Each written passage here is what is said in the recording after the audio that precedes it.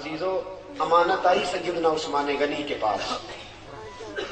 عثمان غنی بہت بڑی حکومت کے امیر ہیں، بہت بڑی. 2000 آدمی آ گیا شر پسند. اس نے آ کے حضرت عثمان غنی کے گھر کا گھیرا چاروں طرف سے تنگ کر لیا. حضرت عثمان غنی سے انہوں نے مطالبات شروع کر دیے. شر پسند لوگ تھے. انہوں نے کہا کہ عثمان آپ خلافت چھوڑ دیں. حضرت عثمان غنی نے فرمایا کیسے چھوڑ دوں؟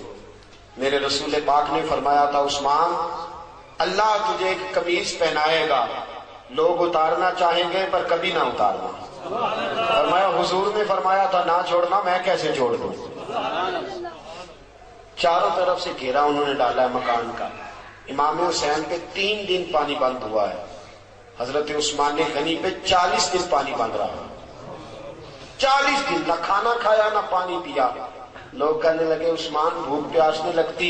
فرمایا بھوک لگتی ہے تو خدا کا ذکر کرتا ہوں، پیاس لگتی ہے تو قرآن کی تلاوت کرتا ہوں. اللہ میری بھوک اور پیاس ختم کر دیتا ہے. 40 دن کہ میں نے کہا کہ بڑی پرانی ہے کربلا، بڑی پرانی. 40 دن پانی بند رہا. حضرت علی اور حضرت امام حسین کے لیے تو جناب عباس پانی لے کے آئے تھے.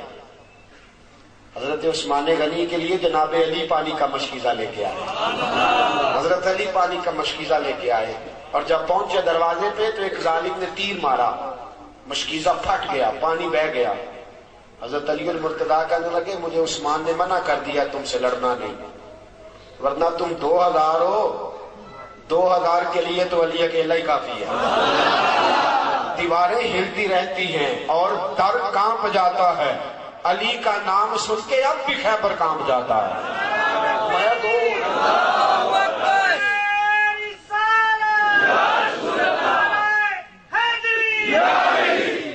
میرے عزیزو سنو، بات بڑی آگے بڑھ گئی. حضرت عثمان غنی کے پاس جناب علی پہنچے، دیگر صحابہ پہنچے. کہنے لگے اے عثمان آپ نے بڑی خدمت کی، 12 سال دی، بڑا کام کیا. 3 باتیں ہیں، آپ اس طرح کریں ہمیں اجازت دیں ہم ان 2000 آدمی کو بھگا دیتے ہیں. حضرت عثمان غنی کہنے لگے میری وجہ سے نبی پاک کے مدینے میں خون بہہ جائے، رسول پاک کے شہر کی گلیاں میری وجہ سے سرخ ہو جائیں.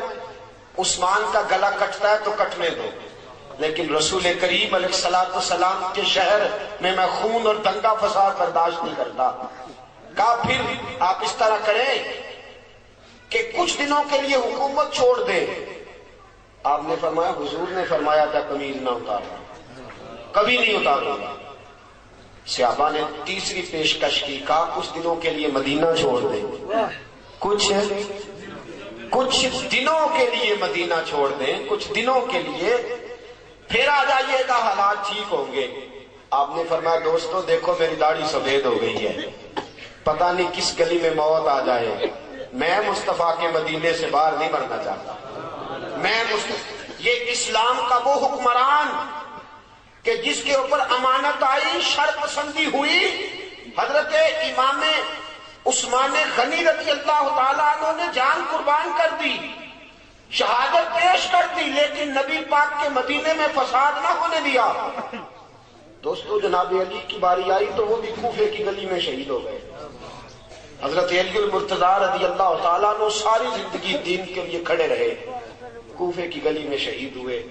باریاں بڑھتی رہی، پورا خاندان. ایک وہ زمانہ بھی آیا کہ میرے رسول پاک نے فرمایا فاطمہ تیری باقی 3 بہنوں نے بھی بڑے دکھ اٹھائے. دوستو میں اور آپ، میرے ساتھی مجھ سے بڑی محبت کے ساتھ اکثر کہتے ہیں اتنے سفر نہ کریں آپ، اتنی محنت نہ کریں، تھوڑی کر لیا کریں، کم نکلیں.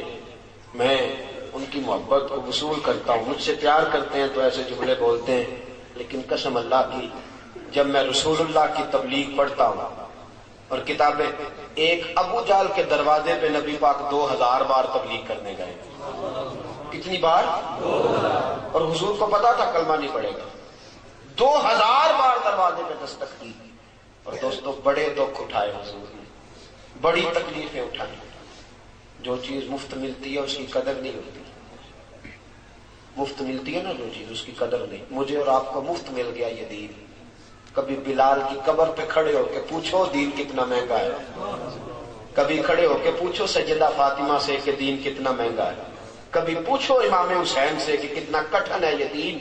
میرے عزیزو، رسول پاک کی 2 شہزادیاں، نکاح ہوا ہے، ابھی رخصتی نہیں ہوئی، ابو لہب کے 2 بیٹے، انہوں نے طلاق بھیج دی، کہنے لگے یا کلمہ پڑھانا چھوڑ دے ورنہ طلاق دے دیں گے۔ حضور نے فرمایا میرا تیرا اختلاف ہے، بچوں کا کیا قصور ہے؟ ابو لہب کہنے لگا نہیں میں طلاق دے دوں گا۔ گھر بیٹھی 2 بچیوں کی طلاق پہنچی، سیدہ خدیجہ فرماتی ہیں حضور بڑا روئے، اٹھے، بچیوں کے سر پہ ہاتھ رکھا، کہا بیٹا اپنے بابا کے دین کے کام میں ثابت قدم رہنا، اللہ تمہیں بڑی بہتر جزا دے گا۔ اور ساتھیوں، صرف حضرت فاطمہ نہیں، سیدہ زینب میرے رسول پاک کی بڑی صاحبزادی حمل سے ہیں، اللہ نے ان کے گھر میں ولادت کی خوشی رکھی ہوئی ہے، مکہ سے مدینہ کی طرف آ رہی ہے، حبار بن اسود نے نیزہ مارا،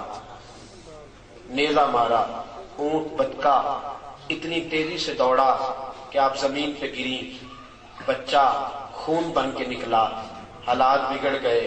کتنے مہینے میرے حبیب کی صاحبزادی کتنے ہی مہینے بیمار رہ کے وصال کر گئی، بڑی صاحبزادی تھی، حضرت خدیجۃ الکبریٰ سے شکل ملتی تھی۔ رسول پاک نے بڑے آنسو بہائے، کیسا یہ دین تھا اور کتنا حضور کو اس پودے سے پیار تھا۔ بیٹی کو شہید کرنے والا حبار بن اسود منہ پہ نقاب ڈال کے فتح مکہ کے بعد آیا، آگے کہنے لگا سونیا کوئی آپ کا بہت بڑا مجرم بھی کلمہ پڑھ لے تو اس کو بھی معاف کر دیتے ہو؟ رسول پاک نے فرمایا چہرے سے نقاب ہٹا، بیٹیوں کے قاتل کبھی بھولا نہیں کرتے، تو چہرے سے نقاب ہٹا، اولاد کے قاتل کبھی بھولا نہیں کرتے، لیکن تو پڑھ لے کلمہ، مجھے سب سے زیادہ دین سے پیار ہے، اگر تو مسلمان ہو گیا تو میں تیری یہ خطا بھی معاف کرنے کو تیار ہوں۔